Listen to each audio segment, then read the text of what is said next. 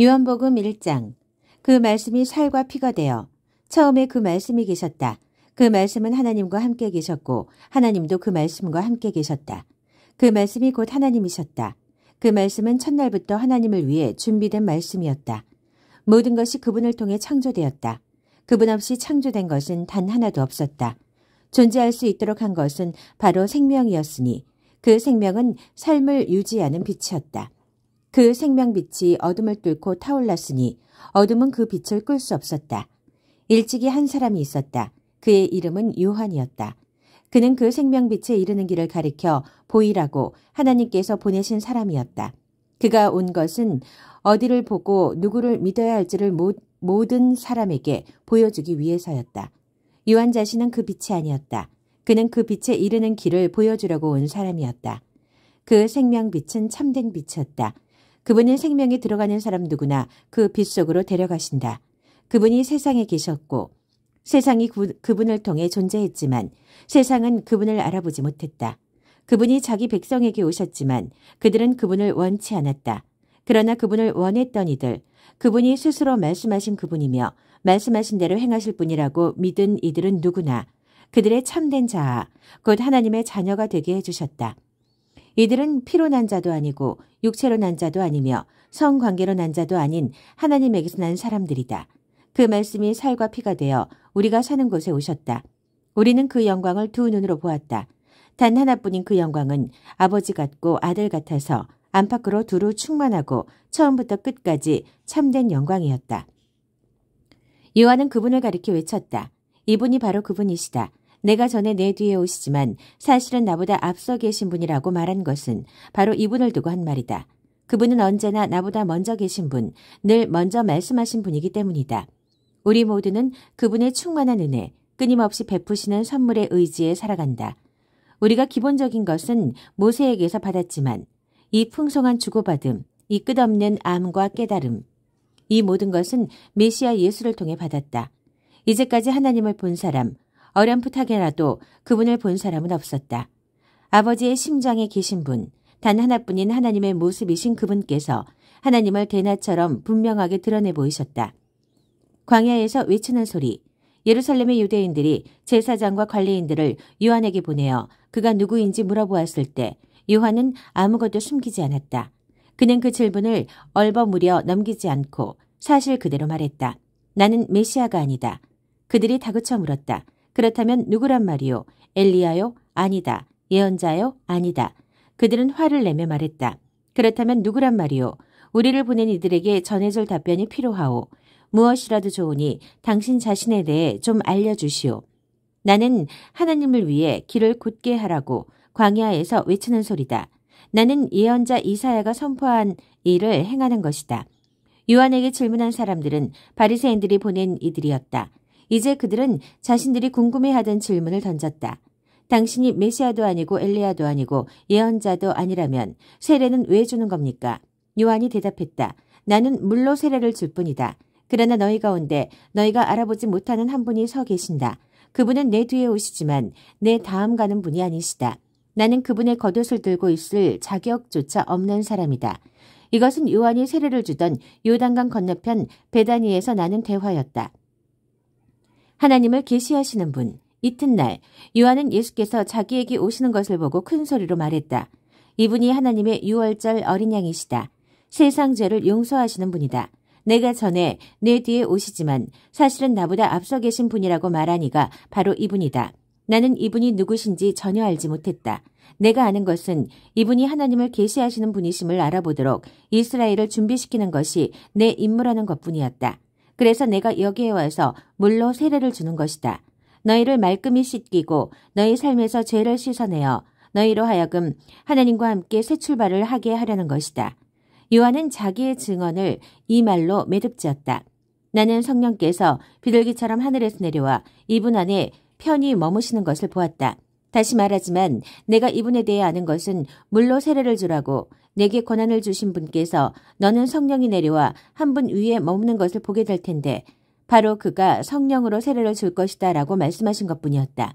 나는 정확하게 그 일이 일어나는 것을 보았고 그래서 너희에게 말하는 것이다. 이분이 하나님의 아들이신 것에는 조금도 의심의 여지가 없다. 와서 직접 보아라. 이튿날 요한이 두 제자와 함께 자기 일터에 있다가 예수께서 근처를 지나가시는 것을 보고 말했다. 하나님의 유월절 어린 양이시다.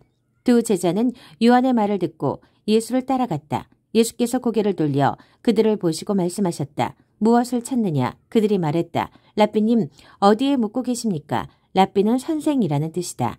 예수께서 대답하셨다. 와서 직접 보아라. 그들은 가서 예수께서 지내시는 곳을 보았고 그날을 그분과 함께 지냈다. 늦은 오후에 일어난 일이었다. 요한의 증언을 듣고 예수를 따라간 두 사람 중 하나는 시몬 베드로의 동생 안드레였다. 그가 예수께서 지내시는 곳을 확인하고 나서 맨 먼저 한 일은 자기 형 시몬을 찾아가 우리가 메시아를 만났다고 알린 것이었다. 메시아는 곧 그리스도다. 그는 즉시 시몬을 예수께로 인도했다. 예수께서 시몬을 쳐다보시고 말씀하셨다. 너는 요한의 아들 시몬이 아니냐. 이제부터 내 이름은 게바다. 게바는 베드로, 곧 바위라는 뜻이다. 이튿날 예수께서 갈릴리에 가기로 하셨다. 예수께서 갈릴리에 도착해 빌립과 마주치셨다. 예수께서 말씀하셨다. 가자, 나를 따라오너라. 빌립의 고향은 벳세다였다. 그곳은 안드레와 베드로의 고향이기도 했다. 빌립이 가서 나다나엘을 만나 이렇게 말했다. 모세가 율법에 기록하고 예언자들이 전해준 그분을 우리가 만났습니다. 그분은 요셉의 아들 예수라는 분인데 나사렛에서 오셨어요. 나다나엘이 말했다. 나사렛이라고요? 설마 농담이겠지요. 그러나 빌립은 이렇게 말했다. 와서 직접 보세요. 예수께서 나다나엘이 오는 것을 보시고 말씀하셨다. 저 사람은 참된 이스라엘 사람이다. 그에게는 거짓된 구석이 하나도 없다. 나다나엘이 말했다. 어떻게 그런 생각을 하셨습니까? 저를 모르시지 않습니까? 예수께서 대답하셨다. 빌립이 너를 이곳으로 부르기 오래전에 내가 무화과 나무 아래에 있는 것을 보았다. 나다나엘이 큰 소리로 말했다. 랍비님, 선생님은 하나님의 아들이시며 이스라엘의 왕이십니다. 예수께서 말씀하셨다. 내가 무화과 나무 아래에 앉아 있는 것을 내가 보았다고 해서 믿는 것이냐? 그것은 아무것도 아니다. 이 일이 끝나기 전에 너희는 하늘이 열리고 하나님의 천사들이 인자 위에 오르내리는 것을 보게 될 것이다. 요한복음 2장. 물로 포도주를 만드시다. 사흘 후에 갈릴리 가나 마을에서 결혼식이 있었다. 예수의 어머니가 그곳에 있었고 예수와 제자들도 거기에 손님으로 있었다. 결혼잔치에 포도주가 떨어져 가자 예수의 어머니가 예수께 말했다. 포도주가 거의 바닥났구나. 예수께서 말씀하셨다. 어머니, 그것이 어머니와 내가 관여할 일입니까? 지금은 나의 때가 아닙니다. 재촉하지 마십시오. 예수의 어머니가 지체 없이 종들에게 말했다. 그가 시키는 대로 무엇이든 하여라. 거기에는 유대인들이 정결 예식에 쓰는 물 항아리가 6개 놓여 있었다. 항아리는 각각 75에서 110리터 정도가 들어가는 크기였다. 예수께서 종들에게 지시하셨다. 항아리에 물을 가득 채워라. 그러자 그들은 항아리가 넘치도록 물을 가득 채웠다. 예수께서 이제 주전자에 가득 담아 잔치를 맡은 자에게 가져다 주어라 하고 말씀하셨다. 종들은 그대로 했다. 잔치를 맡은 자가 물이 변하여 된 포도주를 맛보고서 큰 소리로 신랑을 불러 말했다. 그는 방금 무슨 일이 일어났는지 몰랐지만 종들은 알고 있었다. 내가 알기로는 누구나 처음에 가장 맛 좋은 포도주를 내놓다가 손님들이 잔뜩 마신 뒤에는 싸구려를 내놓는데 그대는 지금까지 가장 좋은 포도주를 남겨두었구려. 갈릴리 가나에서 행하신 이 일은 예수께서 보여주신 첫 번째 표적이었고 처음으로 자신의 영광을 나타내신 것이었다. 그분의 제자들이 예수를 믿게 되었다. 이 일이 있고 나서 예수께서는 어머니와 형제와 제자들과 함께 가버나움으로 내려가 며칠을 지내셨다. 성전을 깨끗하게 하시다. 유대인들이 매년 봄에 지키는 유월절이 막 시작될 무렵 예수께서 예루살렘으로 올라가셨다. 예수께서는 성전이 소와 양과 비둘기를 파는 사람들로 북적대는 것을 보셨다. 고리대금업자들도 거기서 마음껏 활개를 치고 있었다. 예수께서 가죽끈으로 채찍을 만들어서 그들을 성전에서 쫓아내셨다. 양과 소를 몰아내고 동전을 사방으로 흩어버리시며 고리대금업자들의 가판대를 뒤엎으셨다. 예수께서 비둘기 상인들에게 이렇게 말씀하셨다. 여기에서 너희 물건을 치워라. 내 아버지 집을 쇼핑몰로 만드는 짓은 그만두어라. 그 순간 제자들은 당신의 집을 향한 열심이 나를 삼킵니다.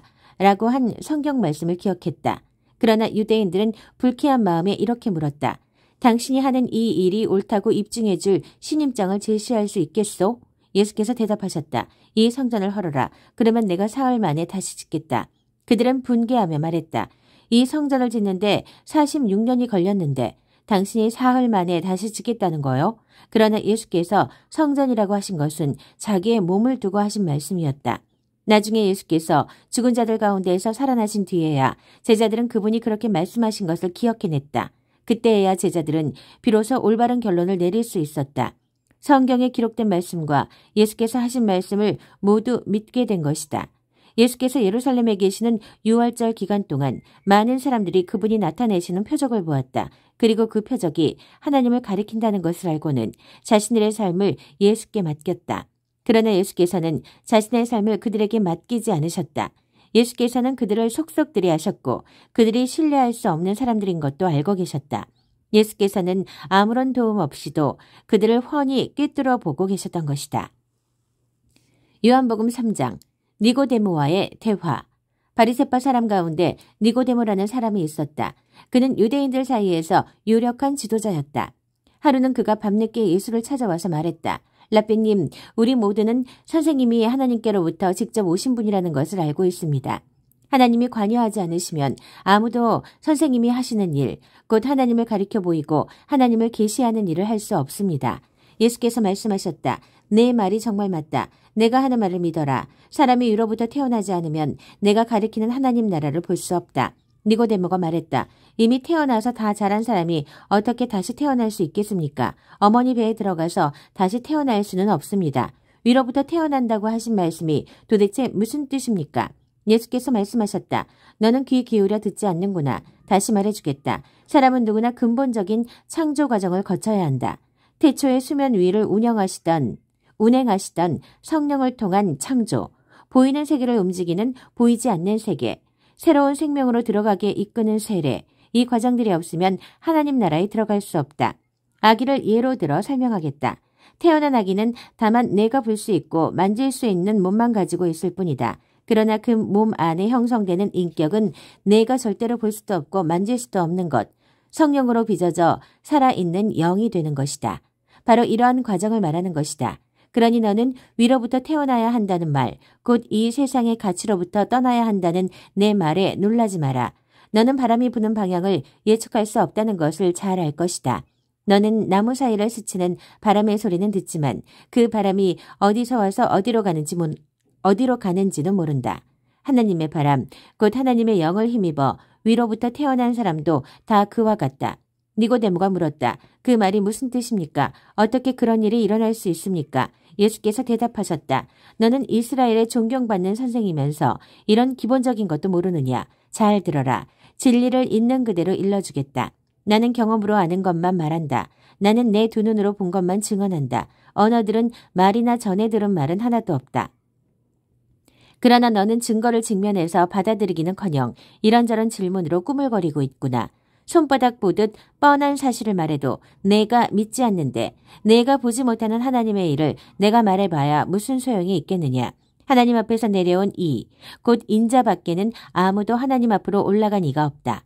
모세가 광야에서 뱀을 들어 백성에게 보고 믿게 한 것과 마찬가지로 인자도 들려야 한다. 그러면 그를 바라보는 사람, 그를 믿고 기다리는 사람마다 참된 생명, 영원한 생명을 얻게 될 것이다. 하나님께서 이 세상을 얼마나 사랑하셨는지 그분은 하나뿐인 아들을 우리에게 주셨다.